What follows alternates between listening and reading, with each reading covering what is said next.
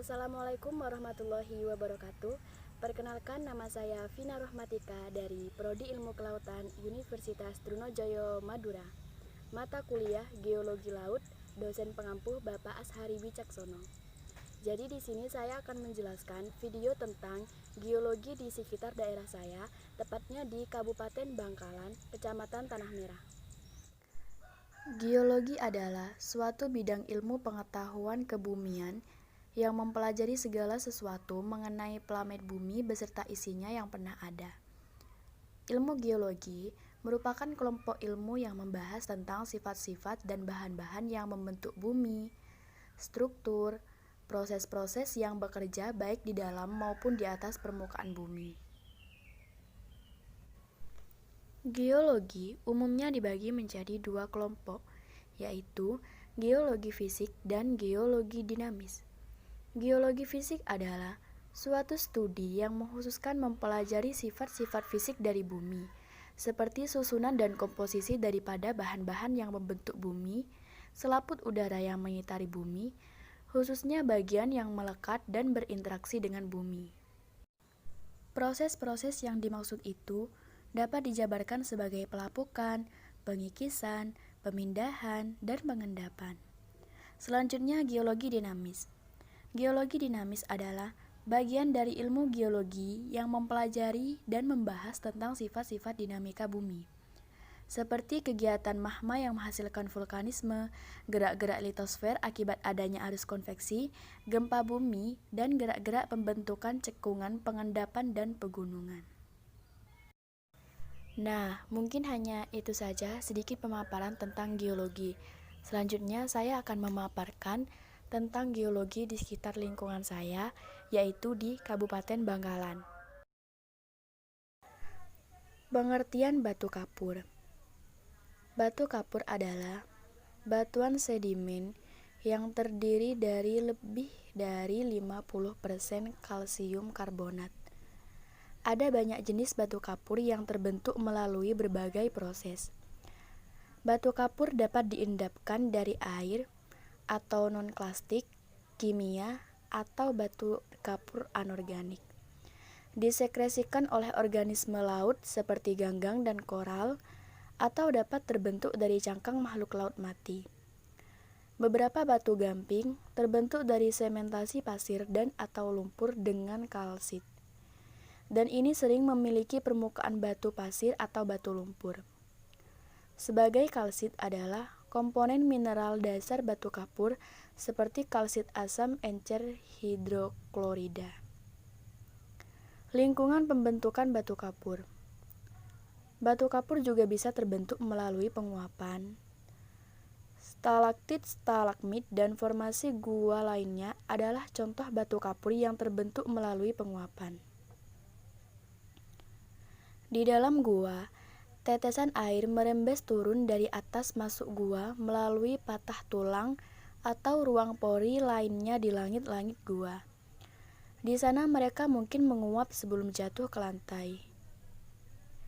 Saat air menguap, kalsium karbonat apapun yang larut dalam air akan diendapkan di langit-langit gua.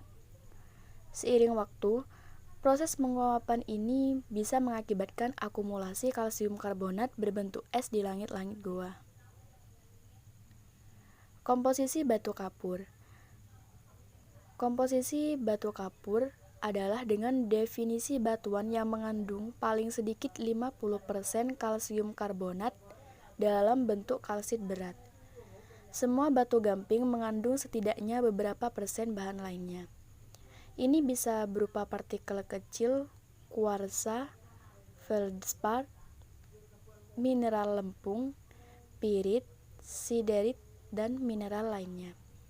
Ini juga bisa mengandung nodul besar jet, pirit, atau siderit. Kandungan kalsium karbonat dari batu kapur memberikannya properti yang sering digunakan dalam identifikasi batuan. Ia menghasilkan kontak dengan larutan dingin asam klorida 5%. Varietas kapur. Ada banyak nama berbeda yang digunakan untuk batu kapur.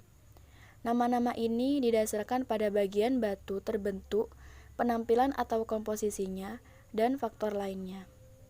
Berikut adalah beberapa varietas yang lebih umum digunakan.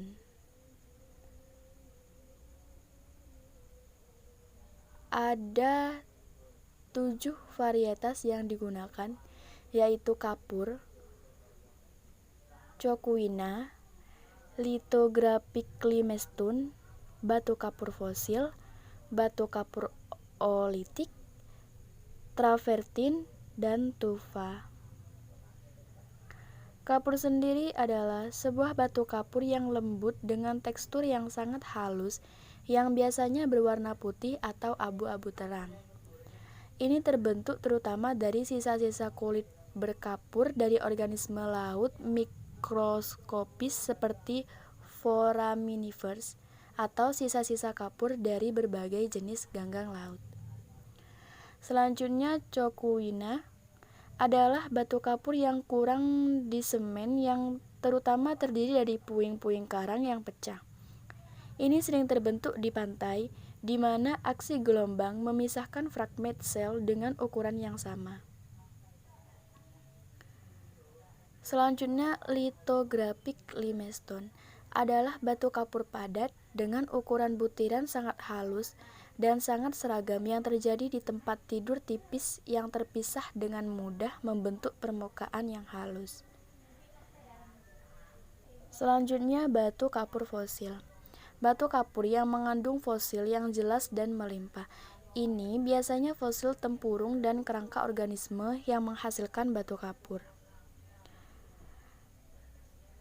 Selanjutnya, batu kapur olitik adalah batu kapur yang terdiri terutama dari kalsium karbonat, oolit, bola kecil yang dibentuk oleh endapan konsentris kalsium karbonat pada butiran pasir atau fragmen sel.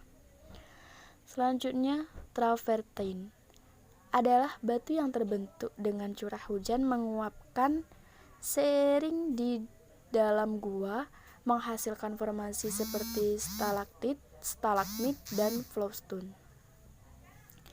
Yang terakhir adalah tufa, yaitu batu kapur yang dihasilkan oleh pengendapan air syarat kalsium di sumber air panas, danau, atau lokasi lain. Proses terbentuknya batu kapur dapat dibedakan menjadi 3 jenis, yaitu secara organik, secara mekanik, dan secara kimia.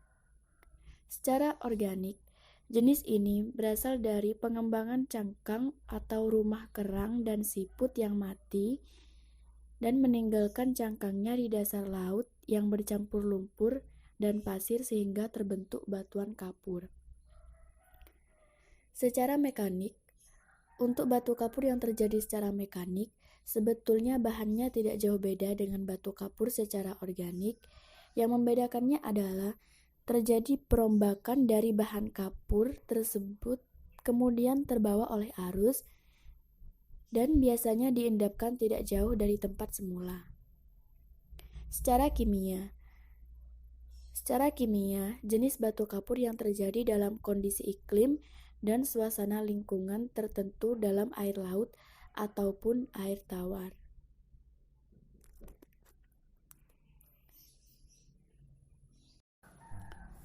Mengidentifikasi batu kapur. Ada batu kapur non-klastik dan batu kapur klastik. Batu kapur non-klastik merupakan awal terbentuknya batu kapur dan biasanya koloni dari bintang laut. Kadang disebut batu kapur koral karena penyusun utamanya koral.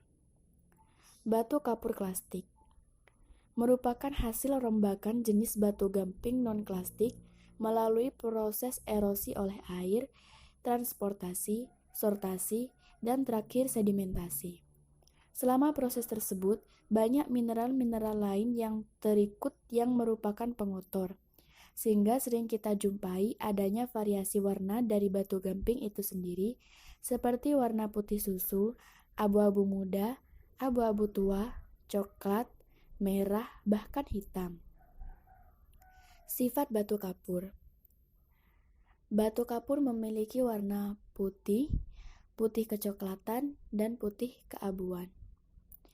Kilap batu kapur seperti kaca dan tanah. Goresan dari batu kapur putih sampai putih keabuan, sedangkan bidang belahannya tidak teratur dan pecahan uneven.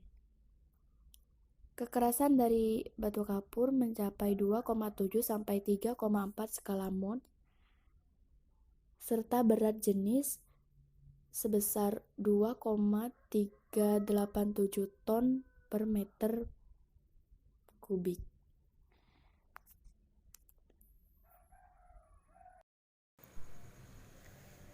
Setelah dijelaskan tentang pengertian batu kapur, komposisi terbentuknya batu kapur, dan varietas batu kapur, sekarang saya akan menjelaskan geologi yang ada di sekitar saya, lebih tepatnya di Kabupaten Bangkalan, Kecamatan Tanah Merah, Desa Baipajung.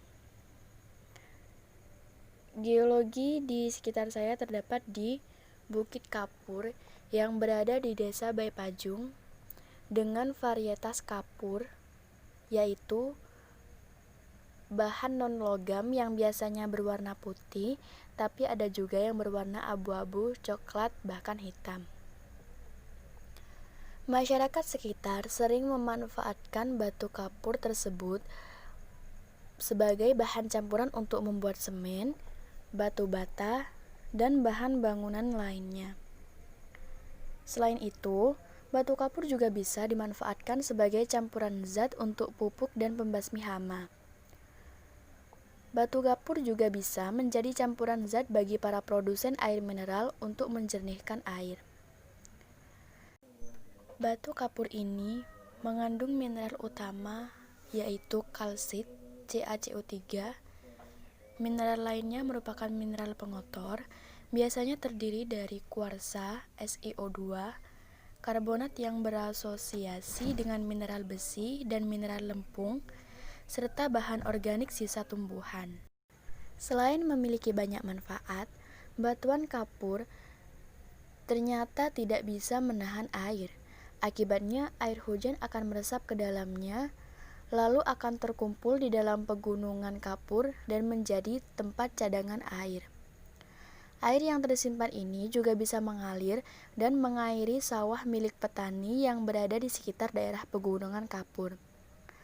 Maka itu, adanya pegunungan kapur sangat membantu para petani dan masyarakat sekitar. Karena memiliki banyak manfaat inilah, banyak pengusaha yang melakukan penambangan batu kapur. Penambangan ini sebenarnya boleh-boleh saja dilakukan, karena manusia memang membutuhkan batuan kapur, terutama untuk bahan bangunan. Namun, penambangan ini harus diimbangi dengan reboisasi atau memperbaiki lahan yang sudah diambil. Tetapi, malah banyak perusahaan penambangan kapur yang tidak bertanggung jawab dan tidak mengerti bahwa penambangan besar-besaran tanpa memperbaiki akan membuat cadangan air semakin berkurang dan ekosistem di pegunungan kapur menjadi kacau. Selain itu, penambangan kapur juga bisa membuat udara menjadi tercemar karena debu-debu berterbangan dan menyebabkan masyarakat sekitar terkena gangguan pernafasan. Sebaiknya kita sebagai generasi muda dapat menjaga dan melestarikan alam agar alam kita tetap lestari. Melestarikan alam sendiri merupakan perwujudan nyata kita akan kesyukuran anugerah Tuhan yang amat bernilai terhadap kesejahteraan kehidupan. Sekian video dari saya, kurang dan lebihnya saya mohon maaf. Wassalamualaikum warahmatullahi wabarakatuh.